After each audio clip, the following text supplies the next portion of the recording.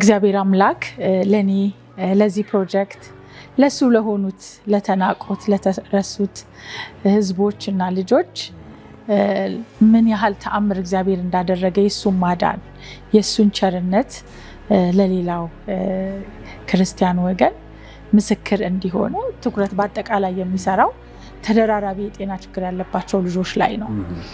እንደው ሰው እግዚአብሔርን ፈርቶ ለነሱ ካልተጠነቀቀ ድምጽ ማውጣትም የሚችሉ ልጆች አይደሉም።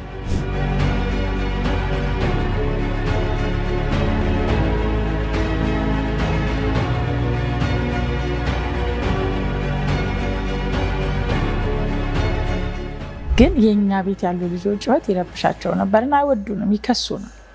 ሳለቅስ ሳነባ እግዚአብሔርን አትግደለኝ እንደኛ እነኚህ ልጆች መግቢያ ሳላይ እኔ ካሳደግኳቸው ልጆች ውስጥ 25ቱ አግብተው ተመርቀው 5ቱ አግብተው ወልደዋል። 5 ልጅ አይቻለሁ፣ አያት ሆኛለሁ።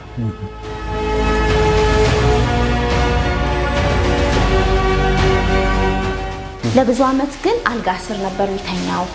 ሰው ቀና ብሎ ማየት አይችልም። ምንም አይነት ኮሚኒኬሽን አልነበረው። ወገብ ችግር አለባቸው፣ የአንገት ችግር አለባቸው። ብዙ ከመሸከማቸው የተነሳ ብዙ አይነት የጤና ችግር አለባቸው። ምክንያቱም የህይወት ሙሉ መስዋዕትነት ነው፣ በቃ ኮሚትመንት ነው፣ መሰጠት ነው። አይጥሉም ልጆቻቸው ደግሞ እንዴት እንደሚወዷቸው